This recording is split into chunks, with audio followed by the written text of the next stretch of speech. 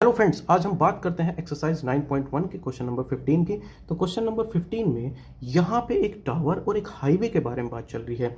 तो एक हमने टावर लिया है BC, ये है हमारा टावर, और ये जो AB है ये हाईवे है जो टावर के फुट की तरफ लीड कर रहा है, मतलब फुट की तरफ जा रहा है। अब इस BC टावर के टॉप पे एक आदमी स्टैंड करता है और यहाँ से हाईवे पे कार मान लेते हैं A पॉइंट पे है, इसको देखता है, और ये जो एंगल ऑफ डिप्रेशन बनता है ये उसका आई लेवल है। जो भी पर्सन यहाँ पे स्टैंड कर रहा है ये उसका आई लेवल, तो आई लेवल से एंगल ऑफ डिप्रेशन 30 का बनता है। अगर ये एंगल 30 का है तो फिर ये एंगल 30 का है। अब आफ्टर 6 सेकेंड कार पहले A पॉइंट पे थी, 6 सेकेंड के बाद कार पहुंच जाती है D पॉइंट पे। आदमी फिर से ऑब्जर्व करता है, तो अब एंगल ऑफ डिप्रेशन बन जाता है 60 का। अगर ये 60 का है तो फिर ये भी 60 का हो जाएगा, क्योंकि ये लाइन इस लाइन के पैरेलल है, तो अल्टरनेट एंगल होने की वजह से ये 60 का हो जाएगा। क्वेश्चन में पूछा है बताओ D पॉइंट से कार को B पॉइंट तक जाने में कितना समय लगेगा। तो यहाँ पे समय के बारे में बात हो रही है, तो समय हम निकाल सकते हैं डिस्टेंस अपॉन स्पीड से। तो डिस्टेंस कौन सी डिस्टेंस है, जो कार यहाँ से यहाँ तक चलेगी। अब कार की पता होनी चाहिए स्पीड। प्रॉब्लम ये है हमारे पास कार की स्पीड नहीं है, तो कार की स्पीड हम कैसे निकाल सकते हैं। यहाँ से A से D तक जाने में कार को लगा है 6 सेकेंड, तो A से D तक की अगर डिस्टेंस हम फाइंड कर ले तो हम क्या करेंगे, A से D तक की डिस्टेंस को 6 सेकेंड से भाग करेंगे, तो ये हम निकाल लेंगे स्पीड, ये कार की आ जाएगी स्पीड।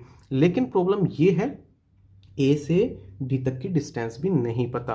तो अब हम क्या करेंगे, सबसे पहले हमारा मेन मोटिव होगा कि A से D तक की डिस्टेंस और D से B तक की डिस्टेंस को हम फाइंड करें। अगर ये दोनों डिस्टेंसेस फाइंड हो जाती है तो हम, अगर ये डिस्टेंस फाइंड हुई तो स्पीड निकाल सकते हैं, और ये डिस्टेंस फाइंड हुई तो हम क्या करेंगे, इस डिस्टेंस को हम स्पीड से भाग कर देंगे तो टाइम निकाल सकते हैं। तो हमारा मेन मोटिव है कि हम ये जो DB है और ये जो AD है ये फाइंड करें। तो हम मान लेते हैं ये AD x है और ये DB y है, ये BC हम ऐसे का ऐसे ही रहने देते हैं, इसको कुछ नहीं मानते हैं। अब हम चलते हैं इन ट्रायंगल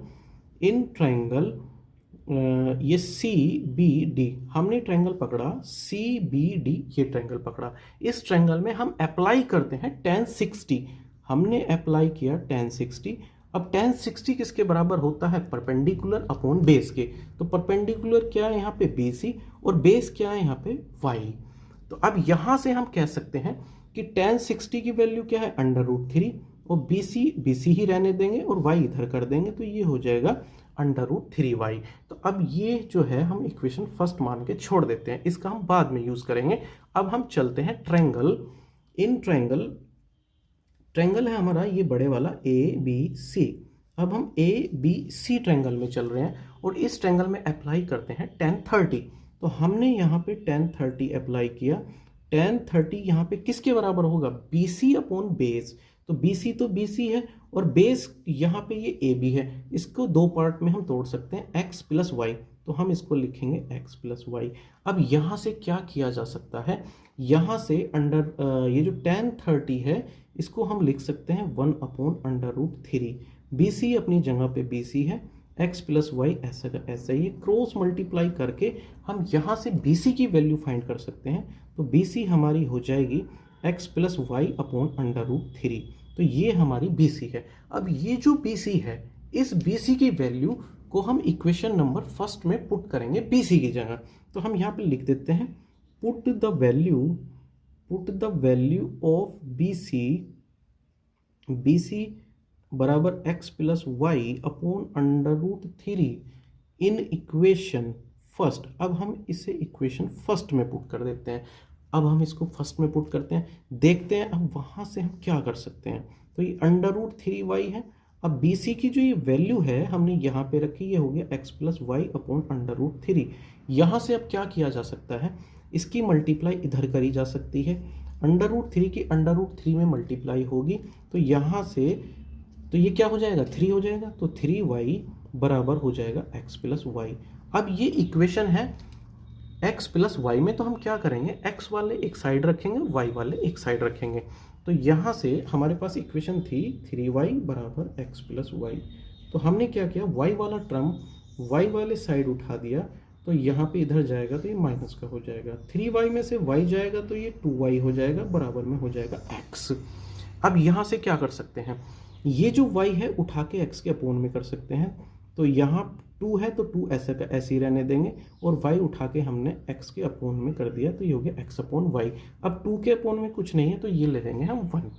तो अब यहाँ से थोड़ा सा हम दिमाग लगाएंगे, और ये क्वेश्चन अब यहाँ से बहुत इजी है। x क्या है? x AD है, ये डिस्टेंस है x। तो यहाँ से हम क्या कह सकते हैं? x की वैल्यू क्या है? 2, यानी कि x की वैल्यू को हम 2 कह सकते हैं, और y की वैल्यू को क्या कह सकते हैं? 1। अगर x 2 किलोमीटर है तो y 1 किलोमीटर है, ये हम बात कह सकते हैं। तो हम इसको ऐसे बोलेंगे कि लेट द AD बराबर, AD को मैं यहाँ से कह सकता हूँ कि ये जो AD है ये 2A है, और ये जो DB है एंड DB बराबर, यहाँ से मैं कह सकता हूँ कि ये A है, क्योंकि ये रेशो है। अगर x की वैल्यू 2 है तो y की वैल्यू 1 है, अगर AD की वैल्यू 2 है तो y की वैल्यू 1 होगी। तो अगर x की वैल्यू यानी कि AD की वैल्यू 2A है तो DB की वैल्यू यहाँ से हम A कह सकते हैं। अब हमने डिस्टेंस फाइंड कर ली। ये जो डिस्टेंस है x बराबर 2A है, और ये जो y है ये A है। अब हम यहाँ से क्या करेंगे? स्पीड फाइंड करेंगे। किसकी स्पीड फाइंड करेंगे? कार की स्पीड। तो कार की स्पीड कैसे फाइंड करेंगे कि जो कार ने डिस्टेंस चली ये, और ये है डिस्टेंस 2A। तो हम क्या करेंगे? डिस्टेंस अपॉन टाइम लगाएंगे। टाइम हमें पता है ये 6 सेकेंड का है।